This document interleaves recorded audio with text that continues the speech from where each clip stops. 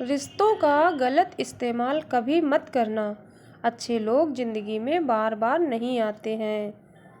झूठ का नकाब जब चेहरे से उतारा जाएगा, घटिया इंसान कहकर उसे पुकारा जाएगा। प्रेम सिर्फ अपने काम और ईश्वर से करो, क्योंकि ये दोनों कभी धोखा नहीं देते। हमारे साथी बनकर हमारा इस्तेमाल करते हैं। ये घटिया लोग भी कमाल करते हैं। किसी की गरीबी को देखकर रिश्ता मत तोड़ना, क्योंकि जितना मान सम्मान गरीबों के घर पर मिलता है, उतना अमीरों के घर पर नहीं मिलता है। कुछ लोग दूसरों की जिंदगी बर्बाद करके ऐसे खुश होते हैं जैसे कि ये काम वो रोज करते हैं। लक्ष्य के आधे रास्ते पर जाकर कभी वापस ना लौटें, क्योंकि वापस जाने पर भी आधा रास्ता पार करना पड़ता है। पहचान तब तक नहीं होती जब तक कोई नुकसान नहीं होता। घटिया इंसान का अपना कोई दीन और ईमान नहीं होता। झाड़ू में जब तक बंधन होता है, तब तक वो कचरे को साफ करता है। बंधन खुल जाने पर झाड़ू खुद कचरा बन जाता है। इसलिए हमेशा अपनों से बंधे रहिए, क्योंकि अनेकता में एकता होती है। दुनिया इतनी घटिया है कि अगर इंसान गिर जाता है तो उसे उठाने कोई नहीं आता, पर अगर कोई मजबूर हो जाए तो उसका फ़ायदा उठाने वाले लाखों हैं। मौन रहना एक साधना है और सोच समझकर बोलना एक कला है। घटिया इंसान की सोच ही नहीं, आंखें भी खराब होती हैं, क्योंकि घटिया आदमी को हर आदमी घटिया नजर आता है। खत्म तो सब धीरे धीरे होता है, बस पता अचानक चलता है। किसी को नीचा दिखाकर जो खुद को बड़ा दिखाता है, सही मायने में उससे नीच इंसान और कोई नहीं होता है। मौसम तो यूं ही बदनाम है जनाब, रंग बदलना किसे कहते हैं ये इंसान से पूछिए। कुछ लोग इतने वाहियात और घटिया होते हैं कि उन्हें हर शख्स अपने जैसा ही नज़र आता है। कभी मायूस मत होना दोस्तों, ज़िंदगी अचानक कहीं से भी अच्छा मोड़ ले सकती है। घटिया लोगों की एक खासियत होती है, वो आपके मुंह के आगे आपकी जी हजूरी करते हैं और आपकी पीठ पीछे आपकी बुराई करते हैं। अपने विचारों पर ध्यान दो, क्योंकि वे तुम्हारे शब्द बनेंगे। अपने शब्दों पर ध्यान दो, क्योंकि वे तुम्हारे कर्म बनेंगे। और अपने कर्मों पर ध्यान दो, क्योंकि वह तुम स्वयं बनोगे। गलती उसी से होती है जो मेहनत से काम करता है। निकम्मों की जिंदगी तो दूसरों की बुराई खोजने में ही खत्म हो जाती है। बोलना सीखिए, वरना जिंदगी भर सुनना पड़ेगा। जिंदगी भर सुनना पड़ेगा। सिर्फ वो लोग आपकी परवाह करते हैं जो आपको तब भी सुन सकते हैं जब आप चुप होते हैं। विचार कीजिए, जब हमारा जन्म हमारी मर्जी से नहीं होता और मरण भी हमारी मर्जी से नहीं होता, तो इस जन्म मरण के बीच में होने वाली सारी व्यवस्था हमारी मर्जी से कैसे हो सकती है। जिंदगी में हर मौके का फ़ायदा उठाओ, पर किसी की मजबूरी का नहीं। अगर ज़िंदगी मौका देती है तो धोखा भी देती है। दुनिया की सबसे अच्छी दवा है जिम्मेदारी। एक बार पी लीजिए साहब, ज़िंदगी भर थकने नहीं देगी। ज़िंदगी में प्रयास सदैव कीजिए।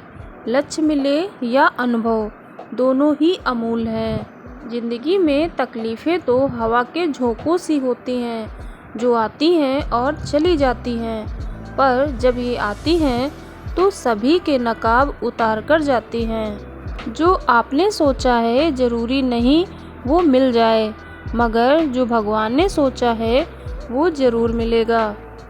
इंसान कर्म करने में तो अपनी मनमानी कर सकता है, मगर फल भोगने में नहीं। मनुष्य अहंकार और गलतफहमी के कारण महत्वपूर्ण चीज़ों से दूर रहता है। गलतफहमियां सच नहीं बताती और अहंकार सत्य को देखने नहीं देता। अगर ज़िंदगी आपके साथ खेल रही है तो आप निश्चित एक बेहतरीन खिलाड़ी होंगे। ज़िंदगी का काम है ठोकर मारना, बिखरना है या निखरना है, ये तो आप पर निर्भर करता है। आज तुम्हारे जीवन में कितनी भी मुसीबतें हैं, इससे कोई फ़र्क नहीं पड़ता। फर्क पड़ता है तो बस इस बात से कि तुम उसका सामना कैसे करते हो। मनुष्य को इस संसार में जो कुछ भी मिला है उसमें आपको खुश रहना चाहिए, और जो नहीं मिला है उसके लिए दुख नहीं मनाना चाहिए। इंसान ने जितना उसके लिए सोचा है, भगवान ने उसके लिए उससे ज़्यादा सोच कर रखा है। इसीलिए कभी भी किसी चीज़ के बारे में चिंता मत करो। प्रभु श्री राम ने घर में विरोध सहा है, कान्हा ने भी समाज में बहुत सहा है। ये आपके साथ भी होगा, पर इससे ऊपर उठोगे तो ही कुछ नाम बनेगा। दूसरों पर निर्भर रहने वाले लोग कभी खुश नहीं रह पाते। इसलिए इस लायक बनिए कि अपनी इच्छाओं को आप स्वयं पूरा कर सकें। यकीन करो, जो तुम्हें भूल चुका है वो भी याद करेगा, बस उसके मतलब के दिन आने दो। आप अपने शब्दों को चाहे जितनी भी समझदारी से बोलिए, लेकिन सुनने वाला अपनी योग्यता और अपने मन के विचारों के अनुसार ही उसका मतलब निकालता है। कहानी ज़िंदगी की यही है कि इसमें मनचाहा किरदार नहीं मिलता है। ज़िंदगी तो अपने दम पर ही जी जाती है।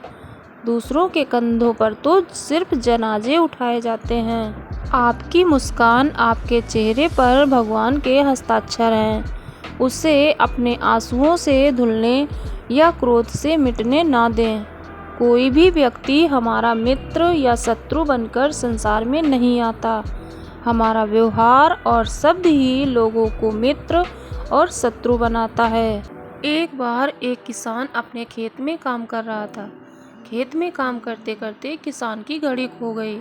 कुछ साल पहले ही यह घड़ी किसान को उसके पिताजी ने दी थी, इसलिए वह घड़ी उस किसान के लिए बहुत ही कीमती थी। अब किसान सब काम छोड़कर घड़ी ढूंढने लगा, लेकिन बहुत देर होने के बाद भी उसको घड़ी नहीं मिली। थके हुए किसान ने पास में खेल रहे बच्चों को बुलाया और उनसे कहा कि बच्चों, इस खेत में मेरी घड़ी गुम हो गई है। मैं बहुत देर से घड़ी ढूंढ रहा हूँ। अपने हाथों में से जो भी मेरे घड़ी ढूंढने में मदद करेगा, मैं उसको एक इनाम दूंगा। इनाम के उत्साह में सब बच्चे उस घड़ी को ढूंढने में लग गए, लेकिन इतने बड़े खेत में घड़ी ढूंढना मुश्किल था। वो भी छोटी सी घड़ी ढूंढना बहुत ही मुश्किल काम था। कुछ घंटों बाद सब बच्चे जाने लगे। किसान ने भी उम्मीद छोड़ दी थी। अब वो घर जाने की तैयारी कर रहा था। आखिर में एक बच्चा उस किसान से कहा कि सब बच्चे चले गए, मुझे बस थोड़ी देर और घड़ी ढूंढने दीजिए। किसान ने कहा, ठीक है, मैं कुछ देर बाद आता हूँ, तुम देखो तब तक घड़ी मिलती है या नहीं। किसान जब 20 मिनट बाद आया तब बच्चे के हाथ में घड़ी थी। किसान आश्चर्यचकित हो गया और बच्चे से पूछा, तुम्हें इतनी जल्दी घड़ी कैसे मिली? सब जा चुके थे। अब इतनी शांति थी कि मैं धीरे धीरे पूरे खेत में घूम रहा था और आवाज़ सुनने लगा। जैसे ही इसे शांति में मुझे आवाज़ सुनाई दी, वैसे ही मुझे पता लग गया कि घड़ी कहाँ पर है।